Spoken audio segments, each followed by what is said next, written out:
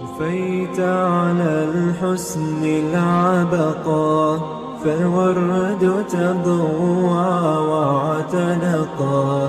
آپ اور میں نے دین کو کیا سمجھ لیا ہے کہ جو امتی کا قول ہے وہی دین بن جائے گا؟ یہ دین نہیں ہے. صحابہ کے مابین اختلاف ہوا کرتے تھے، لیکن کیا صحابہ حدیث آ جانے کے بعد، مسئلے کا پتہ لگ جانے کے بعد اپنی ضد پہ اڑ جاتے تھے؟ عمر بن العاص ہے، کتنے بڑے صحابی ہیں. پتہ ہے عمر بن العاص کون ہے؟ ابھی تازہ اسلام قبول کیا ہے، فہم و فراست بے شمار ہے. نبی کریم صلی اللہ علیہ وسلم کے پاس ایک مقدمہ آیا، نبی کریم نے کہا اس کا فیصلہ عمر آپ کیجئے. آقا آپ کی موجودگی میں عمر فیصلہ کرے، حق میرا ہے، لیکن آپ کو فیصلہ کرنے کا اختیار تفویض کرتا ہوں. اتنے بڑے جلیل القدر صحابی ہیں، ایک علاقے کے حاکم ہیں، وہاں پہ طاعون پھیل گیا، طاعون کی بیماری. لوگوں نے آ کے پوچھا عمر بن العاص طاعون پھیل چکا کیا کریں؟ کہا اللہ کا عذاب آ گیا، نکلو یہاں سے، وادیوں کا رخ کرو، نہروں کا، دریاؤں کا، پہاڑوں کا، نکل جاؤ. اب یہ سامان کو باندھ رہے ہیں، سامان باندھ کر گھوڑوں پہ لاد کر، اونٹوں پہ لاد کر شہر سے نکل رہے ہیں. سامنے سے معاذ بن جبل آ رہے ہیں، یہ بھی بڑے عظیم صحابی ہیں، ان کی قدر و منزلت آپ نے سنی ہوئی. کہا کدھر جاتے ہو؟ کہا عمر بن العاص نے حکم دیا ہے، اللہ کا عذاب آیا طاعون، یہاں سے فرار ہو جاؤ، بھاگ جاؤ، نہروں کا رخ کرو. کہا رک جاؤ. عمر بن العاص نے کوئی دلیل دی ہے؟ کہا نہیں دلیل کوئی نہیں دی، بس انہوں نے حکم دیا. کہا ٹھہرو، مجھے عمر بن العاص سے مل لینے دو.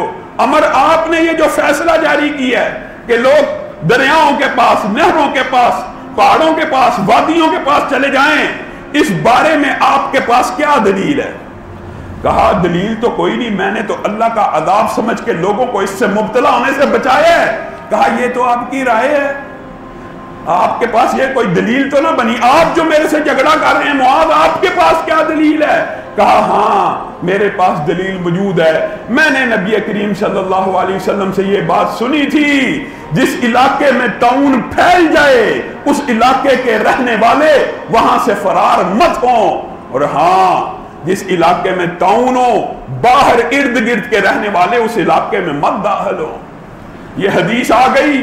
عمر بن العاص ضد پہ اڑ گئے، نہیں میں نے لوگوں کو کہہ دیا تھا فرار ہو جاؤ.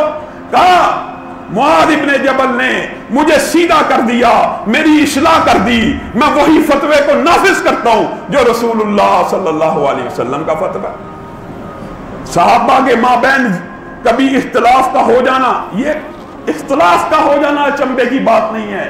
اچنبے کی بات یہ ہے کہ اختلاف کے بعد ضد پہ اڑ جانا. حدیث آ گئی، جی حدیث آپ کی صحیح ہے، حدیث آپ صحیح پیش کر رہے ہیں، لیکن امام صاحب بڑے فقیہ ہیں، انہوں نے آخر کوئی نہ کوئی وجہ تو ہوگی جس کی وجہ سے یہ عمل اختیار کیا ہوگا. یہ فساد کی جڑ ہے، یہ فتنے کی جڑ ہے.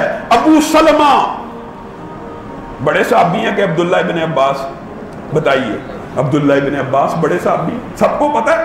عبداللہ ابن عباس نے فتویٰ دیا کہ اگر کوئی عورت حاملہ ہو، حمل سے ہو، پیٹ میں بچہ موجود ہو، اس کا حامل مر جائے تو وہ عدت وہ کرے گی جو عدت لمبی ہوگی. کیا مطلب؟ یعنی حامل مر جائے، بالعموم عورت حاملہ نہ ہو، عدت کتنی ہوتی ہے؟ 4 ماہ 10 دن. اب عورت حاملہ ہے، اس کا بچہ 6 ماہ بعد پیدا ہونا ہے، 3 ماہ کے حمل سے ہے. عبداللہ ابن عباس نے فتویٰ کیا کہ عدت 6 ماہ ہوگی، حمل وضع حمل، اور اگر 2 ماہ بعد بچہ پیدا ہوگا تو عدت کیا ہوگی؟ 4 ماہ 10 دن. یعنی جو عدت لمبی ہے عورت وہ پوری کرے گی. ابو سلمہ کو پتا چلا، ابو سلمہ کا مقام و مرتبہ کم نہیں ہے، لیکن عبداللہ ابن عباس کے مقابلے میں قد و قامت کم ہے. ابو سلمہ نے کہا عبداللہ ابن عباس نے غلط فتویٰ دیا ہے. غلط فتویٰ؟ فقیہ قرآن نے ان کا فتویٰ کیسے غلط ہے؟ کہا ہاں جاؤ تلاش کرو، میرے پاس دلیل موجود ہے. صحابہ نے تلاش کیا، سبیہ بنت حارث کے پاس پہنچے، سبیہ بنت حارث سے پوچھا آپ کا کیا معاملہ ہے؟ ابو سلمہ آپ کی طرف رہنمائی کرتے ہیں. کہا ہاں میں حبل سے تھی، میرے خامن حضرت سعد یہ بدری ہیں جو بدر میں شہید ہوئے، میں ان کی وجہ سے حاملہ تھی، وہ میرے خامن تھے بدر میں شہید ہو گئے. 20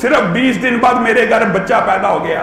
میں نے نبی کریم صلی اللہ علیہ وسلم سے پوچھا تھا 4 ماہ 10 دن عدت پوری کرنی ہے یا حمل وضع ہو گیا عدت پوری ہو گئی؟ تو نبی کریم صلی اللہ علیہ وسلم نے کہا تھا صبیہ تیری عدت پوری ہو چکی ہے. ابو سلمہ نے یہ فتویٰ دیا.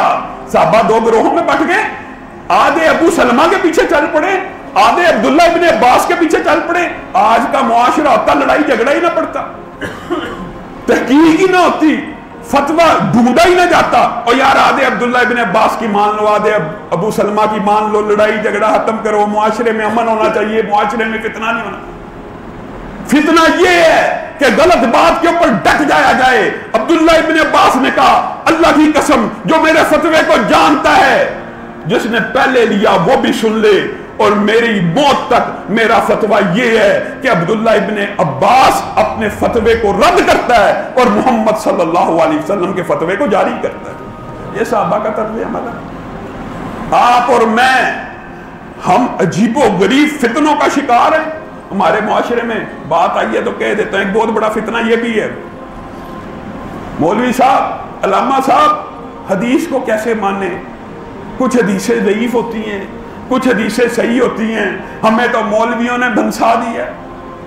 کچھ کبھی کہتے ہیں صحیح ہے، حدیث کے بارے میں اشکال پیش کیا جاتا ہے. اور میرے بھائیو افتؤمنون ببعض الکتاب وتکفرون ببعض، رسول اللہ صلی اللہ علیہ وسلم کی ایک بات کو مانا ایک بات کو چھوڑ دیا، یہ کس قدر عقل اور منطق کے خلاف بھی بات ہے کہ آپ کو رسول اللہ صلی اللہ، آپ نے اللہ کو دیکھا، ہم نے نہیں دیکھا، آپ نے بھی نہیں دیکھا. نبی کریم نے کہا آسمان سے ایک فرشتہ جبریل آیا ہے، ہم ایمان لے کے آئے، اس نے میرے اوپر کلام اللہ کی تلاوت کی، اس نے اللہ کا کلام مجھے سنایا. بات کو سمجھیے، غور کیجئے. نبی کریم صلی اللہ علیہ وسلم کی یہ بات مان لی کہ اللہ کا کلام اترا. نبی کریم صلی اللہ علیہ وسلم نے کہا وحی کے الفاظ یہ تھے، یہ حدیث تو مان لی. لیکن نبی کریم صلی اللہ علیہ وسلم جو شارع ہیں جن کے بارے میں اللہ کہہ رہا ہے وَأَنزَلْنَا إِلَيْكَ الذِّكْرَ لِتُبَيِّنَ لِلنَّاسِ مَا نُزِّلَ إِلَيْهِمْ، آپ کے اوپر میں نے قرآن اس لیے نازل کیا آپ لوگوں کو کھول کھول کر بیان کریں. جب نبی محترم قرآن کو بیان کریں وہ نہیں ماننا، قرآن کی آیت پڑھیں وہ مان لینا. آپ بتلائیے اقرا پہلی وحی ہے کہ نہیں؟ پہلی وحی کون سی ہے؟ اقرا. نبی کریم نے کہا ہم ایمان لے کے آئے. اقرا ہونی کہاں چاہیے تھی؟ قرآن پاک کی ابتدا کہاں سے ہو رہی ہے؟ سورت فاتحہ سے ہو رہی ہے. قرآن پاک کی ابتدا تو اقرا سے ہونی چاہیے، سورت فاتحہ کیسے پہلے آ گئی؟ نبی محترم نے کہا اقرا آیت تو اتری تھی لیکن رکھی آخر میں جائے گی، فاتحہ آئی تو بعد میں، رکھی پہلے جائے گی. بقرہ کو رکھا جائے گا، آل عمران کو رکھا جائے گا، نساء کو. نبی کریم صلی اللہ علیہ وسلم کی یہ احادیث قابل قبول ہیں، لیکن نبی کریم صلی اللہ علیہ وسلم جو اس قرآن پاک کا بیان کریں وہ قابل قبول نہیں. یہ عجیب فلسفہ، یہ عجیب چمبے کی بات ہے کہ قرآن پاک کے اندر ایک آپ کو جھٹکی مثال دیتا ہوں. قرآن پاک کے اندر 700 سے زائد مقامات کے اوپر 700 سے زائد مقامات کے اوپر اللہ رب العزت نے بالواسطہ بھی اور بلا واسطہ بھی کیا حکم دیا ہے؟ جو رسول اللہ کے اس کو مان لو، جس سے روکیں رک جاؤ. رسول کی اطاعت، اللہ کی اطاعت. جو کوئی چاہتا ہے اللہ اس سے محبت کرے، رسول کی اطاعت کرے، اللہ اس سے محبت کرے گا. رسول اللہ صلی اللہ علیہ وسلم کی زندگی تمہارے لیے بہترین نمونہ. بات اس آیت کے اوپر صرف غور کرنا. رسول لقد کان لکم فی رسول اللہ اسوۃ حسنہ، تمہارے لیے رسول اللہ کی زندگی بہترین نمونہ ہے. اس کی نشست، اس کی برخاست، اس کی صبح، اس کی شام، اس کی اٹھک، اس کی بیٹھک، اس کی تجارت، اس کے معاملات، اس کی معاشرت، یہ نمونہ ہے تمہارے لیے. آپ بتلائیے اللہ قرآن پاک میں بالواسطہ اور بلا واسطہ 700 مقامات پہ نبی کریم صلی اللہ علیہ وسلم کی پیروی اور ان کی زندگی کو نمونہ بتلا کے آپ کے لیے ان کو مشعل راہ بتلا رہا ہے. اور آج کا منکر حدیث اٹھ کے کہتا ہے زندگی رسول اللہ کی ہی نمونہ ہے، لیکن وہ نمونہ محفوظ نہیں. یہ جہالت کی انتہا ہے. آپ کسی دردی کو اپنا ناپ دے کے آئیں اور اس کو کہہ کے آئیں میں تجھے گھر سے سیمپل بھیجتا ہوں، اور سیمپل دیے بغیر اس کو کال کریں میرا سوٹ سل گیا، وہ کہے گا جناب سیمپل بھیجیں گے تو سلے گا، پھر کال کریں، پھر کال کریں، آپ اس کو 700 دفعہ فون کریں سوٹ سی دو، وہ کہے گا نعوذ باللہ کوئی پاگل آدمی ہے، کوئی بے وقوف آدمی ہے، سیمپل اور نمونہ بھیجتا نہیں اور کہتا اس کے مطابق سی دو۔ تم نے معاذ اللہ رب العزت کے قرآن کو مذاق سمجھے کہ 700 مرتبہ جس نبی کی پیروی کا حکم ہے، جس کی زندگی نمونہ، وہ نمونہ ہی محفوظ نہیں۔ یہ تمہاری جہالت ہے، یہ تمہارا جو ہتھ کنڈا ہے، یہ کل قیامت کے دن چلنے والا نہیں ہے۔ اللہ کی قسم یہ شریعت روشن ہے، اس کی راتیں صبح کی طرح ہیں۔